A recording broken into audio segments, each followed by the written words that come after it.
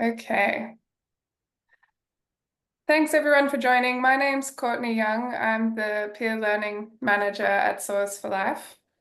Thanks for joining our second Cropping Convo this year. We've got Lee Fieldhouse with us here today, who I'll introduce in a second. Hopefully you can all see my screen okay. A little bit about Soils for Life before we kick off. We're a not-for-profit organisation. We're based across Australia, and our mission is to support Australian farmers to regenerate soils for resilient businesses, landscapes, and communities. And we do this in a number of different ways. One of them is through our Cropping Resilience project, which this event is part of. We are developing a bunch of practice guides, which you can see here, a bunch of guides around different regenerative cropping practices that farmers can think about in their cropping scenarios, but they also apply to all different types of farm enterprises as well. We also run a bunch of events like today's. Oh, James is saying that my screen isn't sharing. Is that right? Sorry, everyone. We can only see you, Courtney. There we go. Yep. Can you see that now? Yep. Sorry, everyone. Yeah, so we run a bunch of events like these Cropping Convos, and we've run some webinars. All of the recordings you can find on our website, and we've also held a couple of field days, and we host some discussion groups. Today's Cropping Convo is an opportunity for you to ask questions. It's not like a traditional webinar format, but all the same, please stay on mute when you're not talking. We'd love you to leave your video on so that we can see faces and we know who we're talking to. We will be keeping to time. Lee will present for 10-15 minutes, and then we'll go to a facilitated Q&A where you can throw your questions in the chat, and we'll go through all the questions. So I'll hand over to Lee. So Lee is the founder of Island Biologicals, and he's the chief worm wrangler. He's passionate about nature, and he has a particular interest in working with natural processes to bolster food production. He's been professionally composting and vermicomposting since 2013, and he's now focusing on the production of biocast, which I'm sure he'll talk about briefly, and consulting on farm-scale composting systems. So this is a great opportunity to ask all your questions around worm farms at scale and using vermicast at scale. Thank you, Lee. I will stop sharing. I'm sorry about not sharing to begin with. And I'll hand it over to you. Thank you. Thanks for coming, everyone, giving up your lunchtime to spend it with me. It's very nice of you. So, as mentioned, I started Island Biologicals in 11 years ago, 2014. It's been an adventure. I'd like to think I've learned something along the way, but pretty well, I think I could learn something every day. So what I'm going to do, I'm going to give you a quick run through, only really on a couple of topics related to worms and worm farming.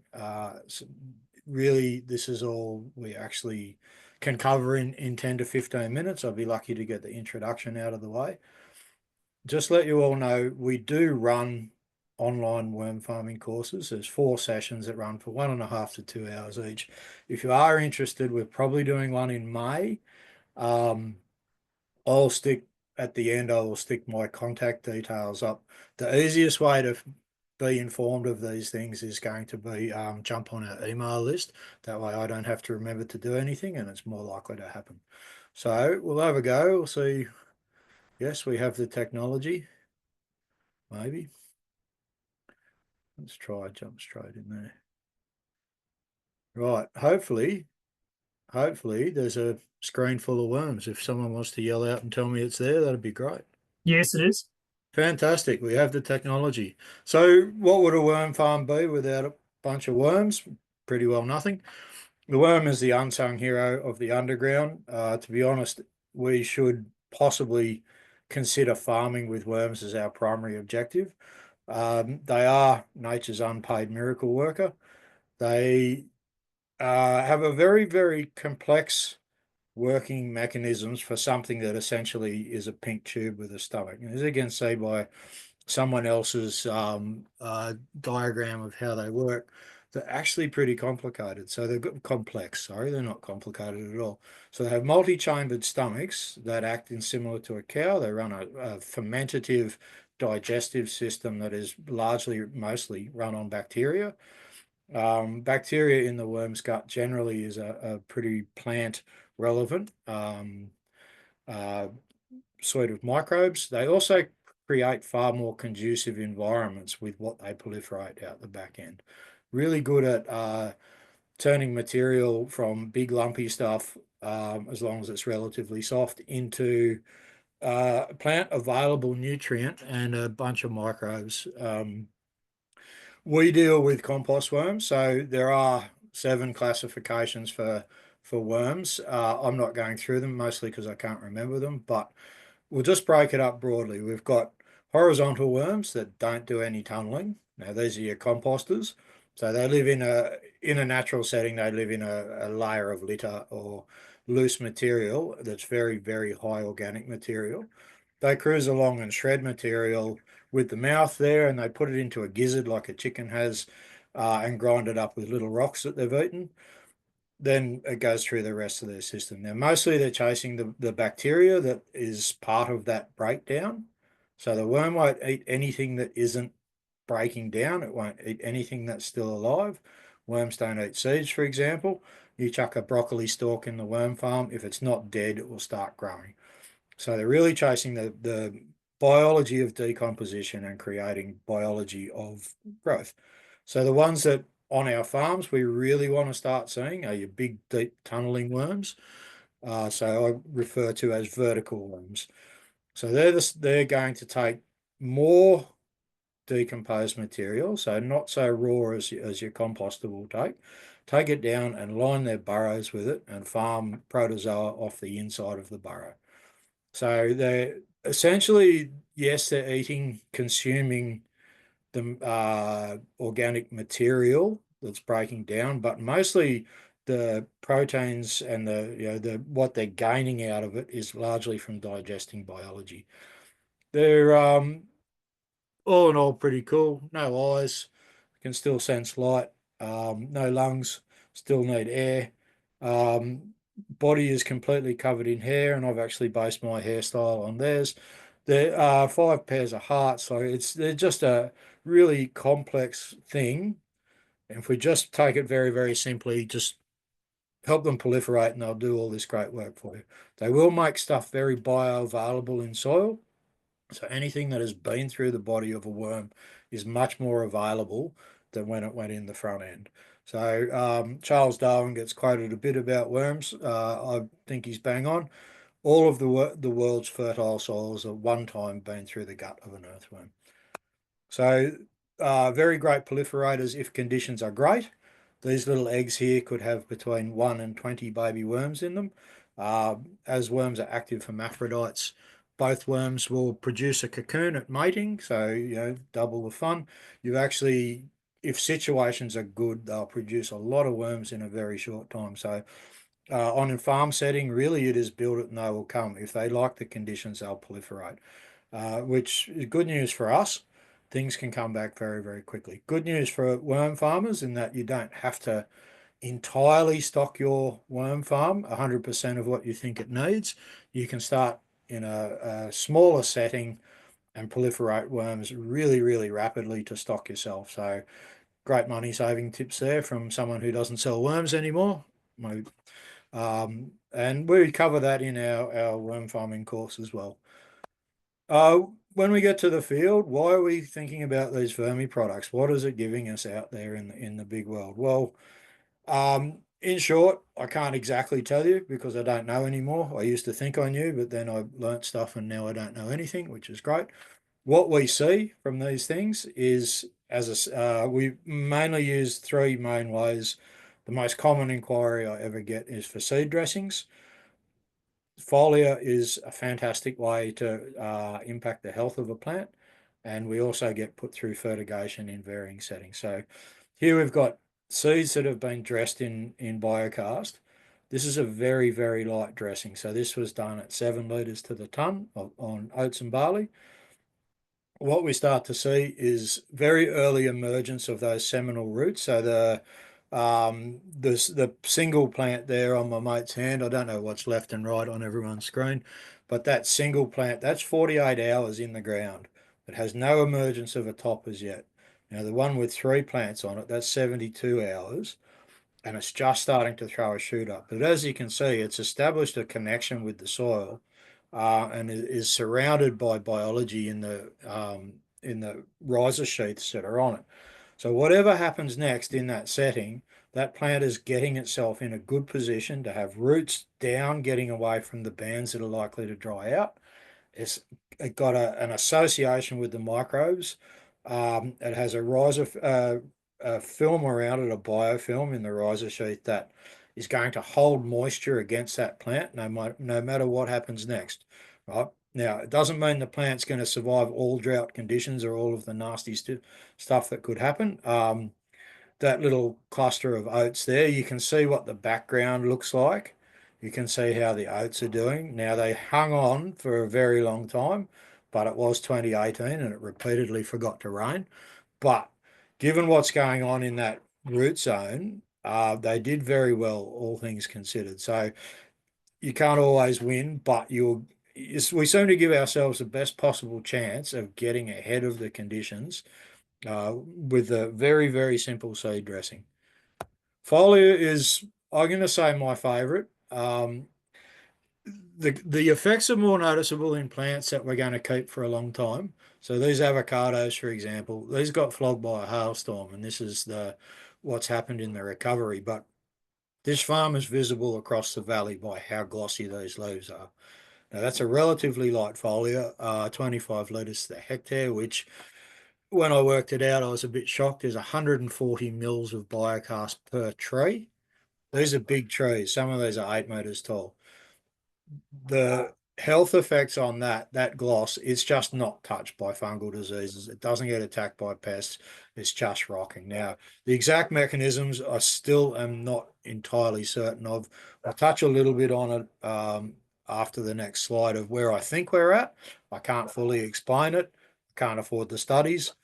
If there's a stray PhD student out there, give me a call. I've got theories. Through the fertigation, this is cut flower farm that was having so much trouble with powdery mildew. Flowers just not thriving. These gerberas, they got stems 600 mil long, and it's big enough to hold up a fantail. It must be all right. They don't need wiring when they get to the forest. So they're running a whole lot better than normal feeble gerbera ever would. So there's a strengthening, there's a health effect, and once again, these are plants that are expected to live a relatively long time. So when we get to settings, more annual crops, we still have a health effect, but they don't become so pronounced as for something that is expected to live a whole lot longer. So some of the things that are going to affect an annual crop might happen later in its life cycle and might be able to be um, maybe not ignored, but they might not affect the crop as much. This is still as a prophylactic effect, has a dramatic effect on an annual crop in keeping things at bay, but it becomes far more pronounced when we've got to have repeated cropping out of a scenario. All right, the working mechanisms, yep, great. Still have more questions than I've got answered, but mostly I believe it comes down to secondary metabolites or plant stimulating hormones. There's a lot of talk about adding biology or not adding biology. I don't buy into adding biology anymore. My worm farm produces a suite of microbiology that is in a lovely, gentle environment full of worms. I water it every day. I sing to it every day. It is in a much more gentle environment than it's ever going out to. I don't believe I get colonization, particularly in something like that, right? That's an air setting. Mine is underground microorganisms. Now that leaf already has a complete covering of its own phylosphere microbiome. I don't believe that my microbes are suitable to compete on that surface. However, these stimulations work for what is on the leaf surface as well. So if we can make who's on the leaf surface more active and stronger, the health effects of, or the protective effects, I believe, are caused by these secondary metabolites being more, being able to activate who's on the leaf surface and get them more vigorous in order to keep other things at bay. In the root system, I believe these are signaling to who's around. It's like, you know, chucking a kid on red cordial into the party and it kicks the party off. I believe it's the link between the soil and the seed. It's kind of like Telstra, except it works. You actually get signal out there. So I've gone away from the biology thing. There's probably people here who are not going to like that as an approach. That's okay. I can't say I'm right or wrong. My theories related to this are theories. There is some work on it done by Western Sydney Uni on the effects of the secondary metabolites, but everything is so incomplete that it has to remain a theory. Anyway, how are we going to get there? How are we going to have our own worm farm? Well, I run through all of the considerations that I think I should have thought of 11 years ago before I even started. So really, um, I think you need all of the elements, or you need to consider all of the elements of people objectives, sites, water, inputs, mechanical stuff for ease of use, scope and size, and how to look after these damn things. The last thing we want is our workforce to be unhappy. So we're not going really into that today. I'm just going to briefly touch on objectives because we only have a short time. But what is your objective when you're setting up a worm farm? So my objective is to create a liquid extract. Now, that's my cast harvest bed. You can see I've cut cast from the bottom and it's come out onto my high-tech tarps there.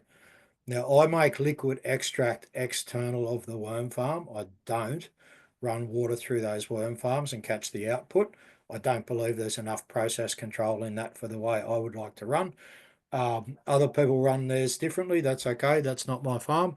These are my reasons for doing this. Now, for me to get good quality cast, replicable, this is how I do it.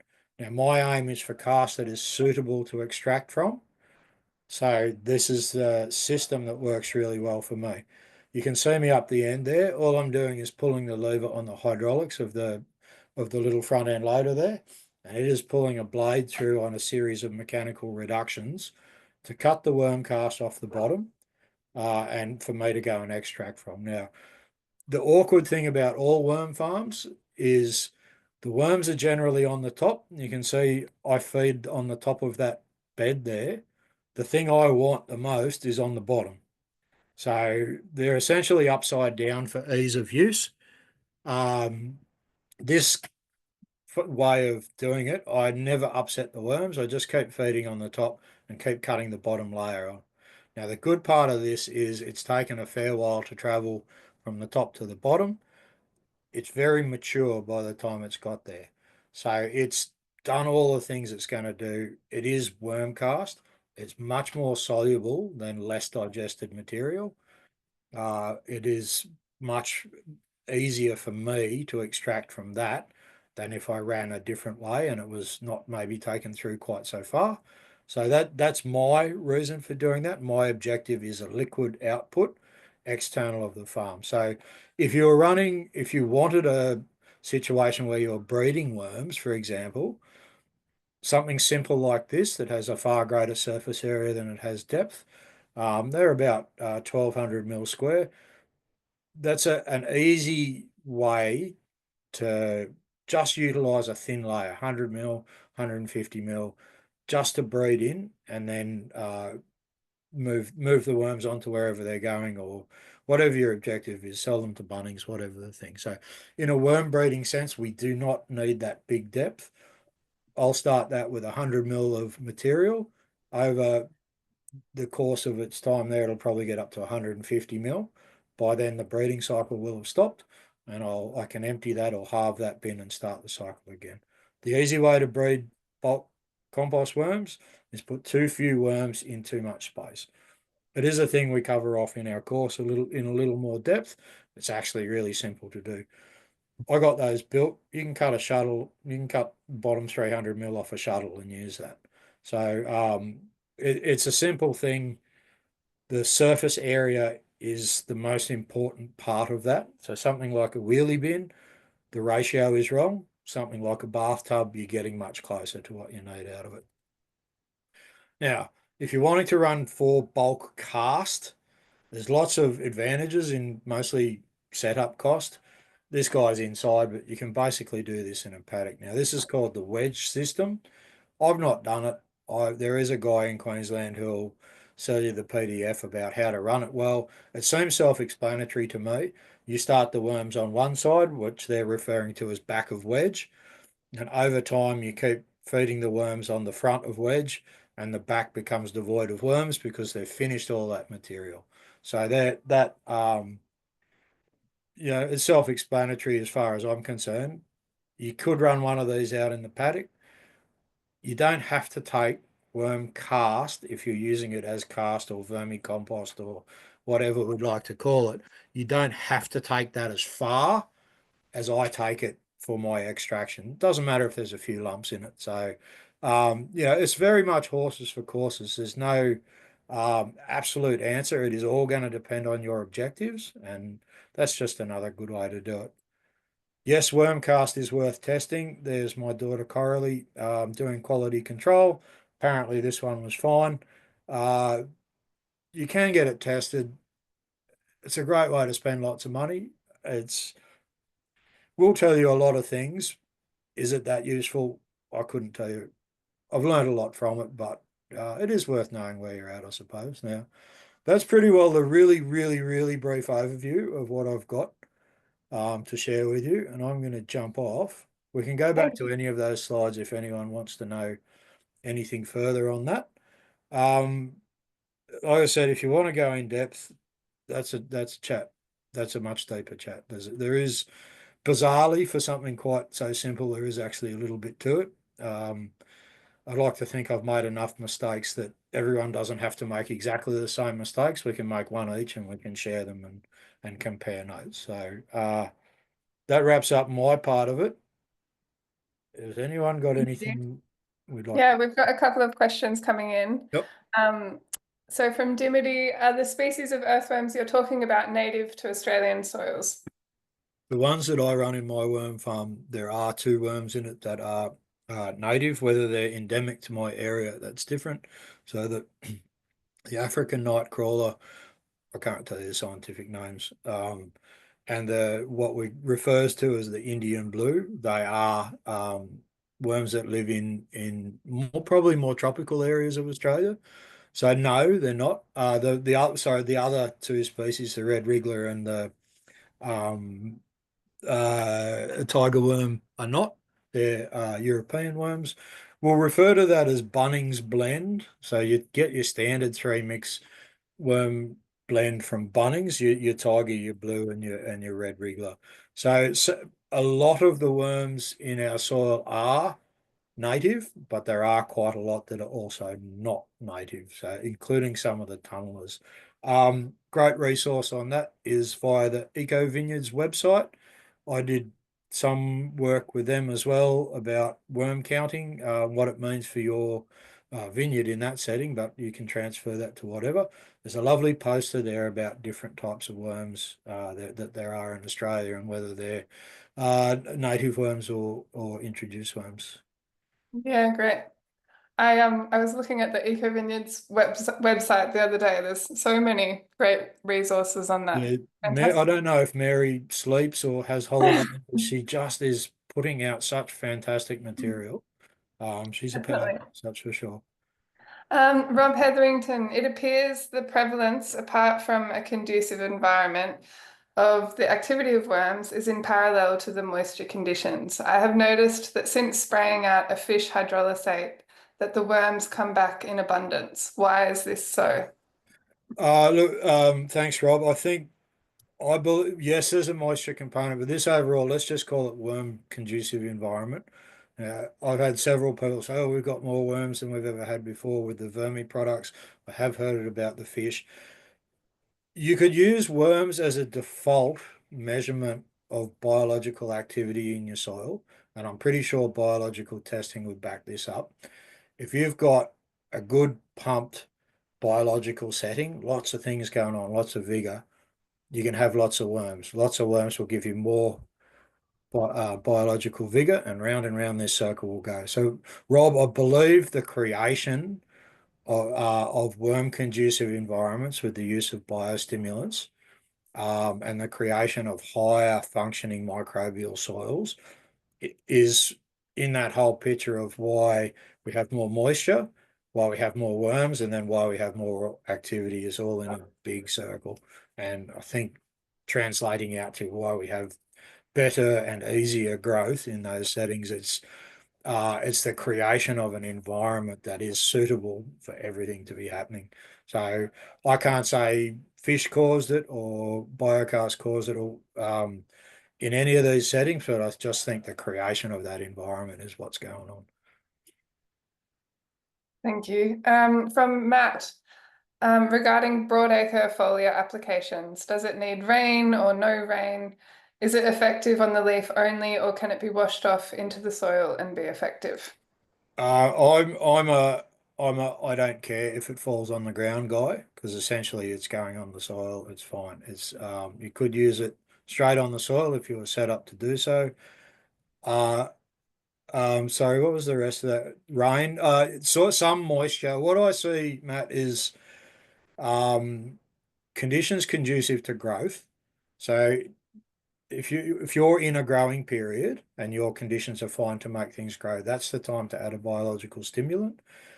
If you're struggling, it's dry, it's hot, it's windy, whatever the thing, cold, um, that I don't think you get your best bang for buck out of utilizing that in that setting. I don't think you're trying to stimulate something that's not happening. Now, if you stimulate something that is happening, you got two stimuli going on at once, right? So you're adding to that thing. Now, in a pasture setting, which is what I deal with mostly, something like after a graze or the move from winter into spring or after a rainfall period when things are trying to do something anyway, that's when I reckon it's most applicable.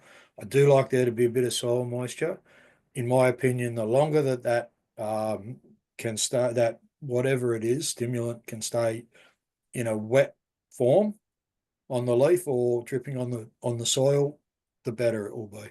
The longer it has time to work and work on that leaf or work on that soil. So I'm a soil moisture. It's probably easier for me to achieve than a lot of cropping settings. It rains here quite a bit. So yeah, absolutely with moisture. Matt had a follow-up question, and feel Yep. free to jump off mute, Matt. Yep. Um, how do you keep fine particles out of the solution for use in spray rigs? Matt, Yeah. do you want to talk us through this question? I'll jump on Matt with Go my for it, Rob. process in that I have a external of the farm. My extraction process is multi-stage. One of them is a settling process, and then I've got two filtration state processes. So far, as I'm aware, I've not blocked anyone's spray rig, and I'm pretty sure that's the kind of stuff you get feedback on really quickly, probably at 1 in the morning or something like that, when someone's really pissed off. It's in the filtration. It has to be the fine particles, yes, have to be filtered out of it. It is a dissolved solid, but they're below what anyone's going to get upset about so far. A lot of, I know cropping is different with the boom sprays and so on. Generally, the coarser nozzles are better. I sort of vaguely go back into the old theory about protecting living microbes, but I think falling down in a drop is better for this stuff um, than uh, fine mists. So I hope that answers that one. Jump on if it hasn't. Oh, No, that's pretty handy. I guess it's just about that that amount of sediment and stuff at the Yep. bottom of the drum and trying to Yep. keep the pickup off that. And Yeah, no, fair enough. And it is a dissolved solid, and the longer it sits, the more you have to shake it. My only sort of caution to people is that as it settles, the potential for it to re-clump that could go through as a clump. There is some potential for it. I haven't had it happen. The time I got really, really cautious of it, the guy was putting it out through a plane, and apparently they're not free to run. So he just put it through another, I think he even did it through a really fine kitchen sieve, and he said nothing got stuck. So just to make sure if any of that settling might come through as a solid, it hasn't happened so far. We could never say never though, right? So, good. yeah. Thank So you. Thanks. Okay, where are we up to? Adam, what are the best food sources for on-farm worm farms? Is straw and manure suitable, assuming the feedstocks are free of toxic chemistry? And James had a follow-up question to add to that about manure from animals that have been wormed. Yeah, both great questions. Adam, the best thing you can put through your worm farm is whatever you can get the most easily. So essentially compost worms will eat anything that has been alive, that isn't still alive. That may or may not include the neighbours. Um, that yes, that there is risk of toxins. The wormers, yeah, are probably a stronger risk. I'm a massive advocate for a pre-composting of all materials that need to go through that worm farm, partly for you get a further distance from the risk, but partly to coarser materials like maybe straws or stubbles are going to start to break down and start to be worked on by biology, and will go through the worm farm easier because some of the lignins are taken out. They're breaking up a bit already.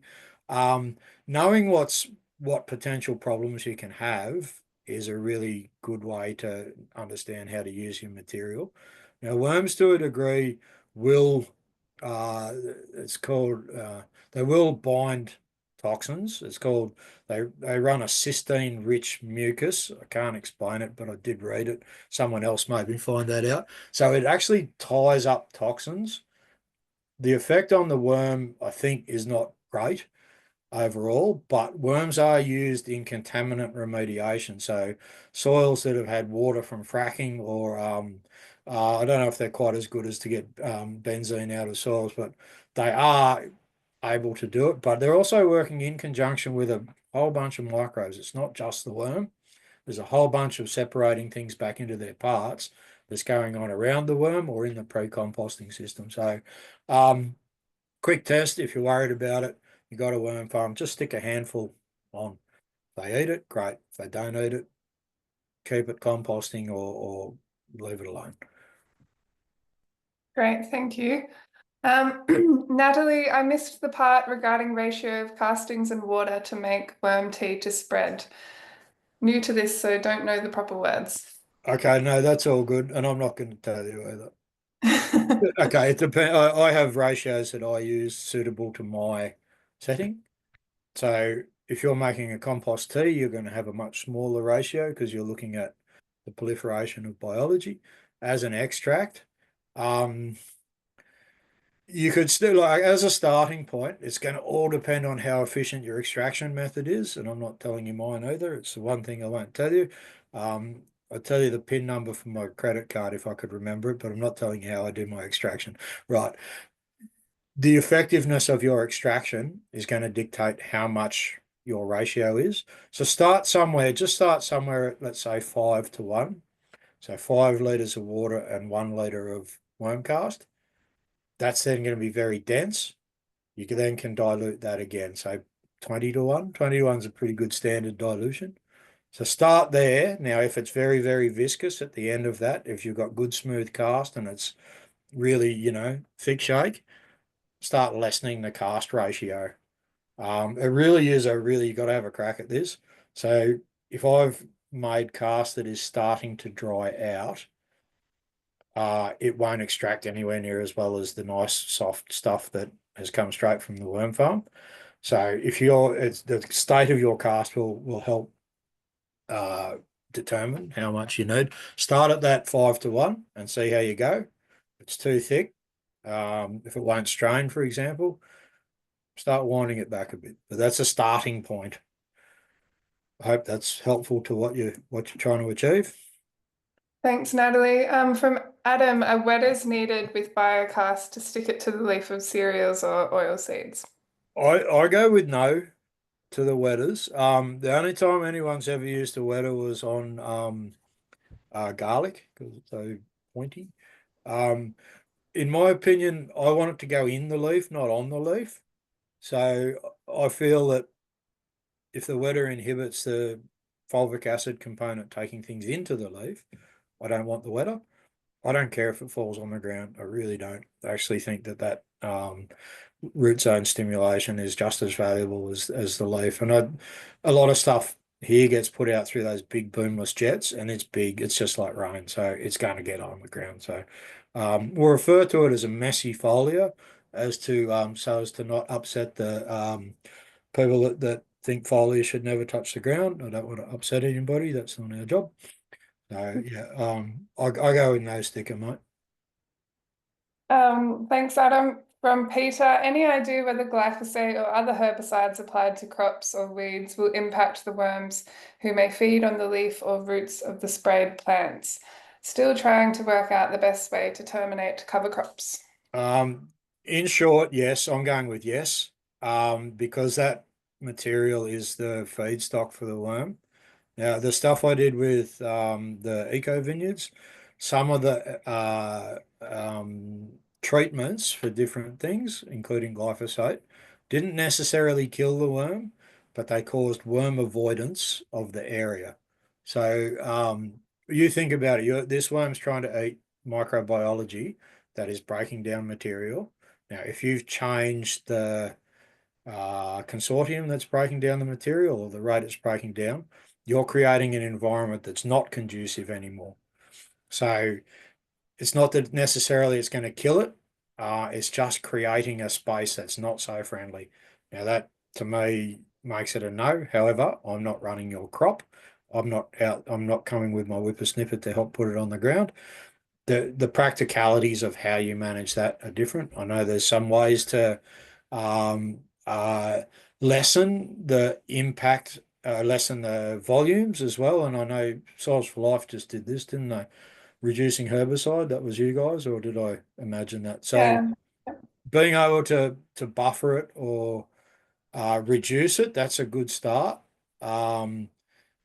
I know that there's some practicalities. I'm not telling anyone how to run their farm, but if there is a situation where you are making an environment less conducive, it will have an effect. And like, is there a way to think about, how to bring it back to life after that initial herbicide? Well, no, what I found with so two things I did. The eco vineyards was one, but I had to dig up some worms for a university student to study the effects of worm on carbon sequestration. Um, the main thing that worms really, really needed to have there was plants. So if you start creating an environment with no plants, you start creating a situation, a plant or residue of plant.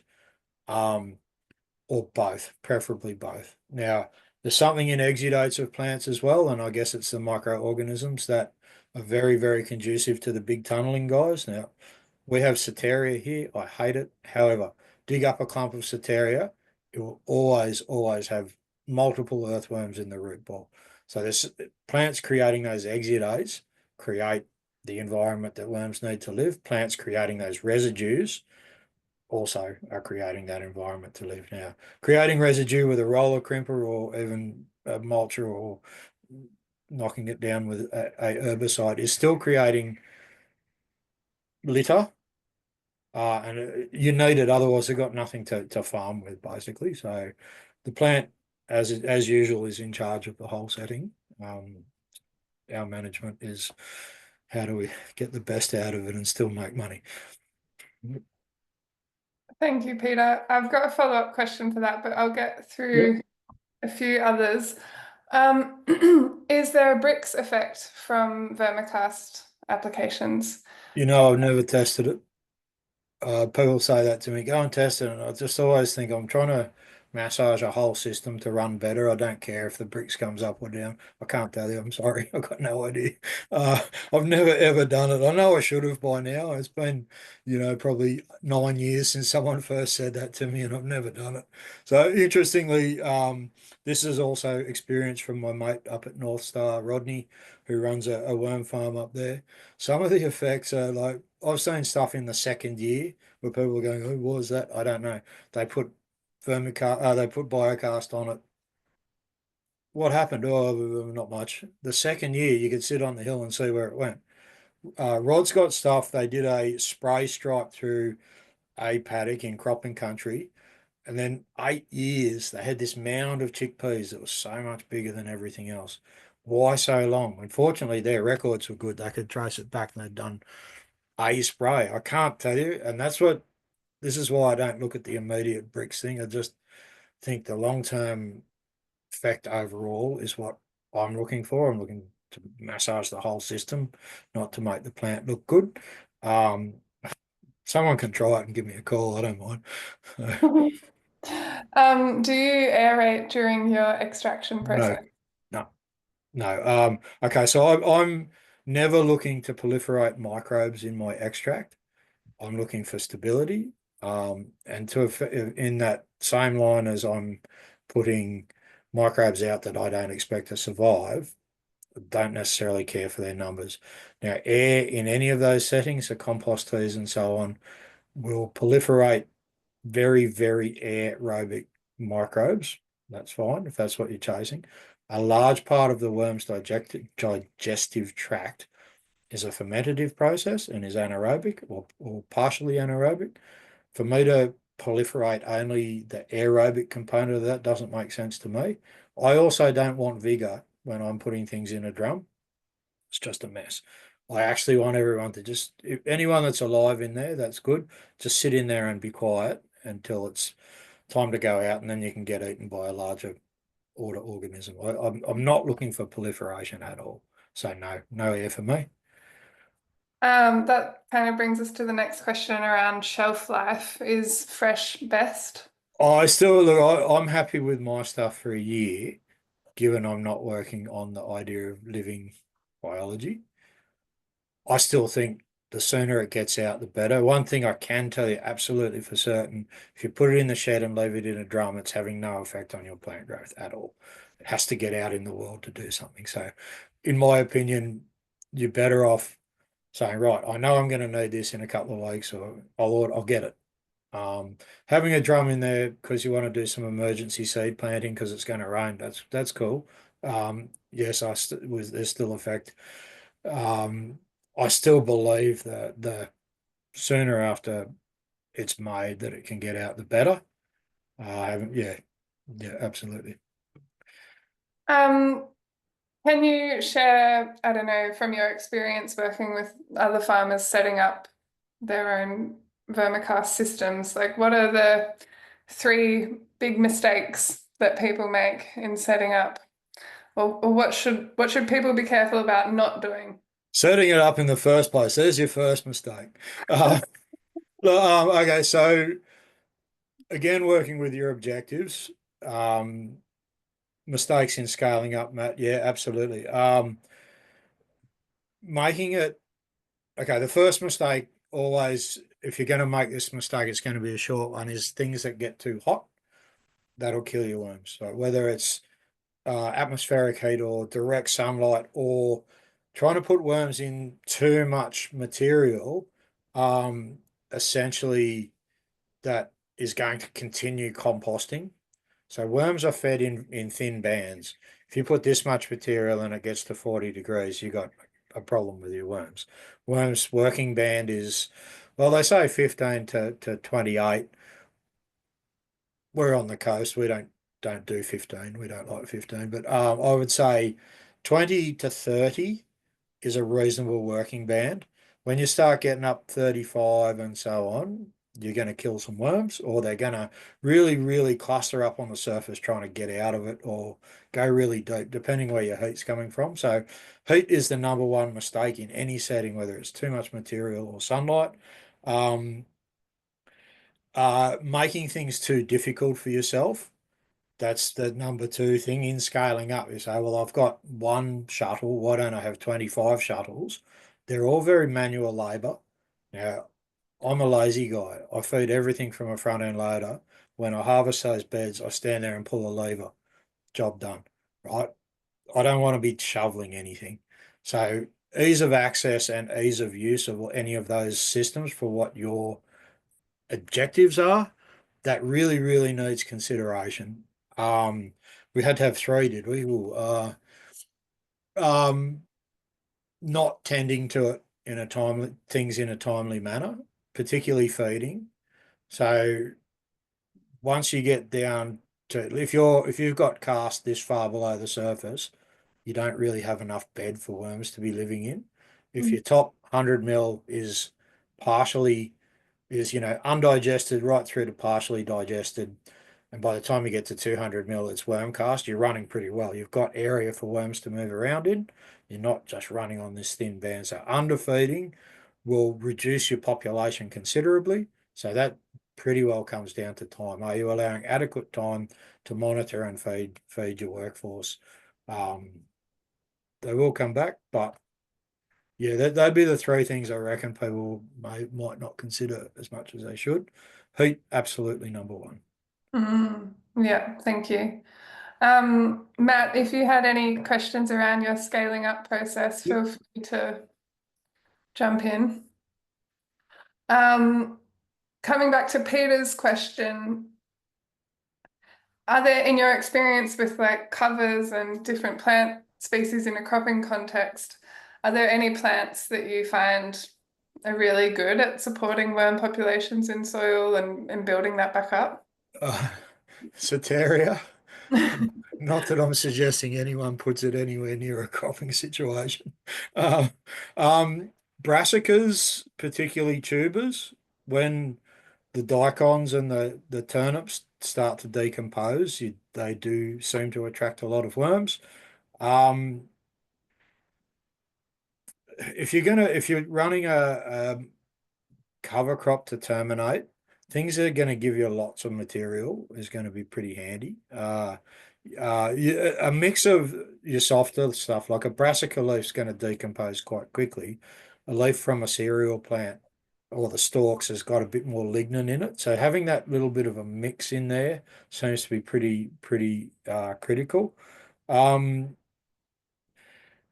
I think again, back to this idea of conducive environments, more plus more equals more. So the more things you have in a cover or a multi, the more opportunity you have. So I couldn't say I would hate someone to go home and say I'm only going to plant radishes off the back of my advice. You still need diversity to have all of these conducive environments be built. So please don't plant Soteria, and if you do, don't ring me about it.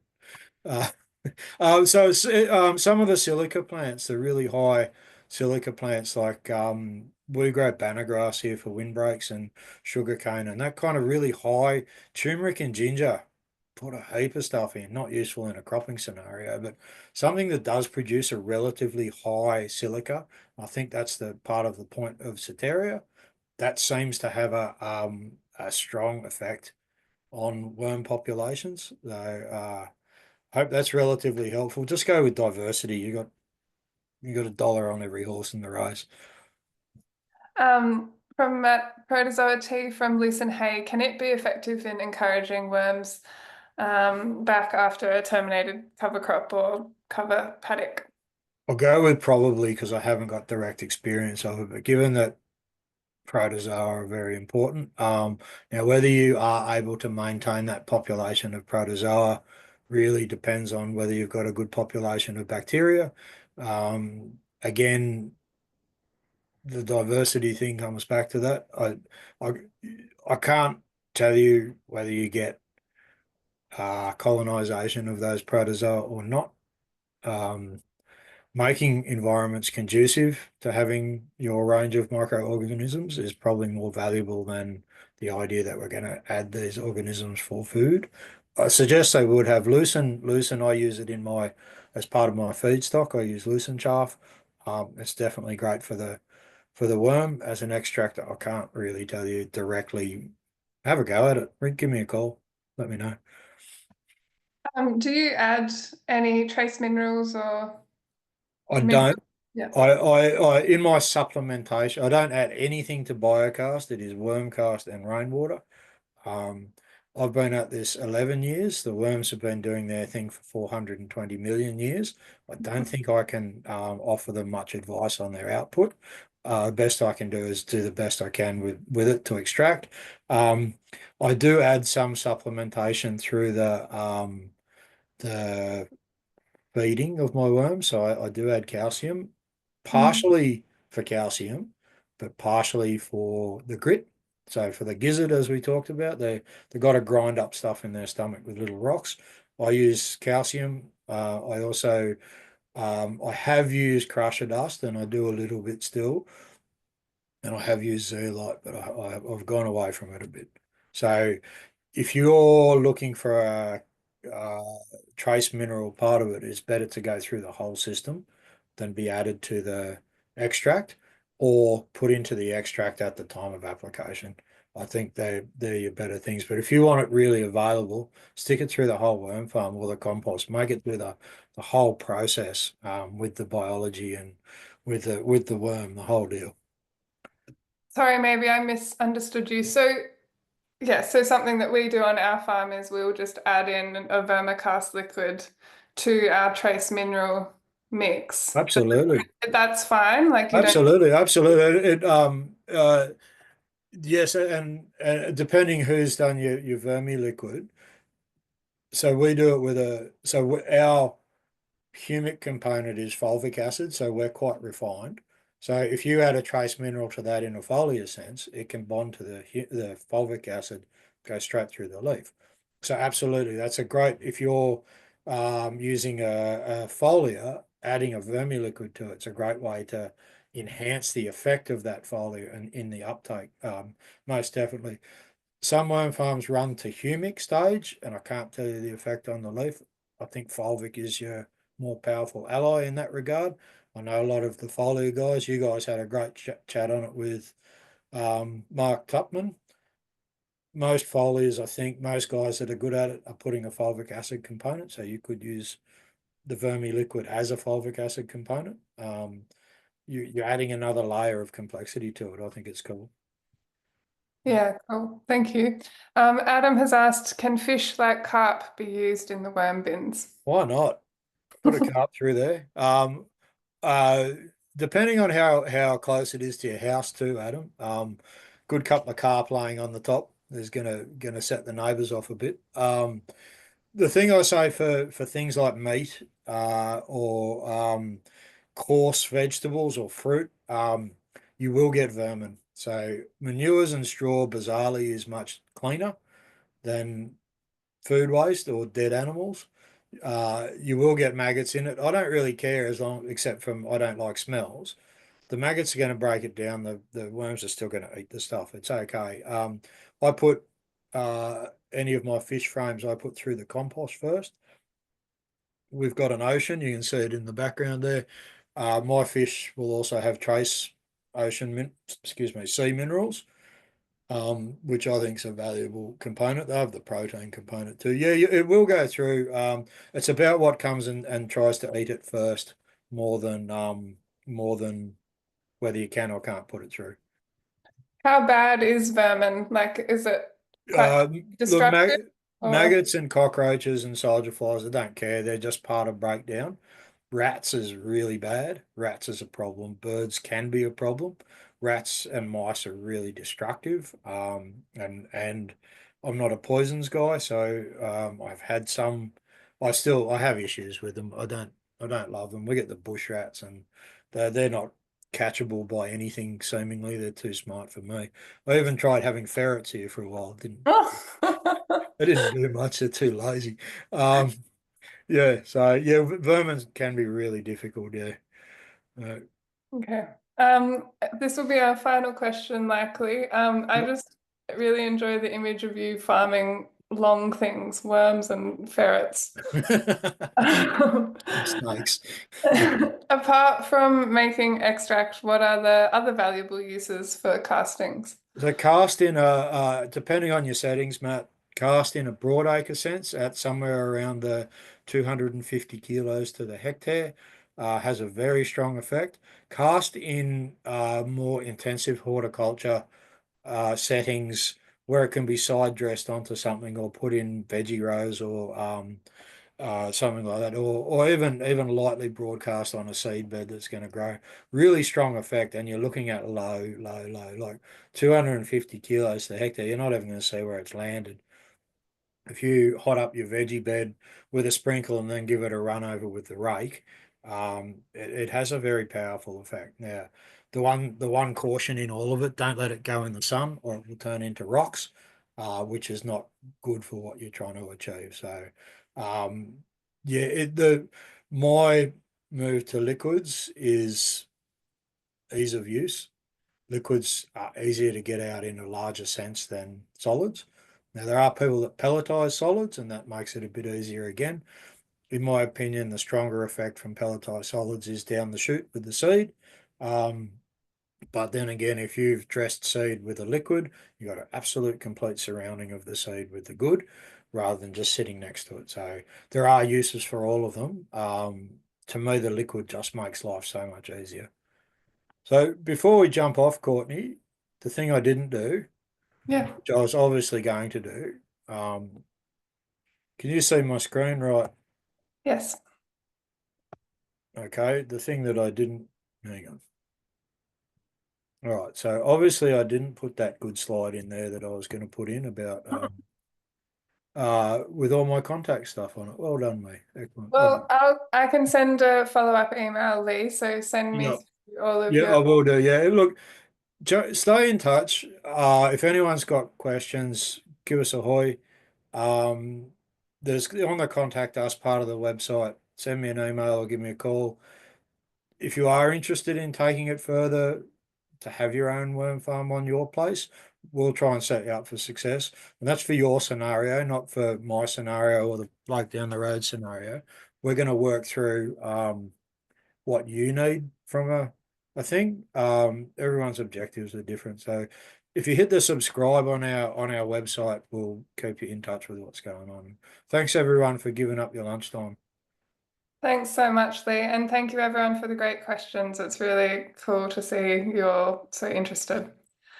Our next cropping convo is on Monday, I believe, with Ellen Walker on soil biology in cropping systems. So we'll take this into a more broader lens, which will be great. Thank you again, Lee, and we'll Thank see you you. all next time. Thanks everybody. See you later.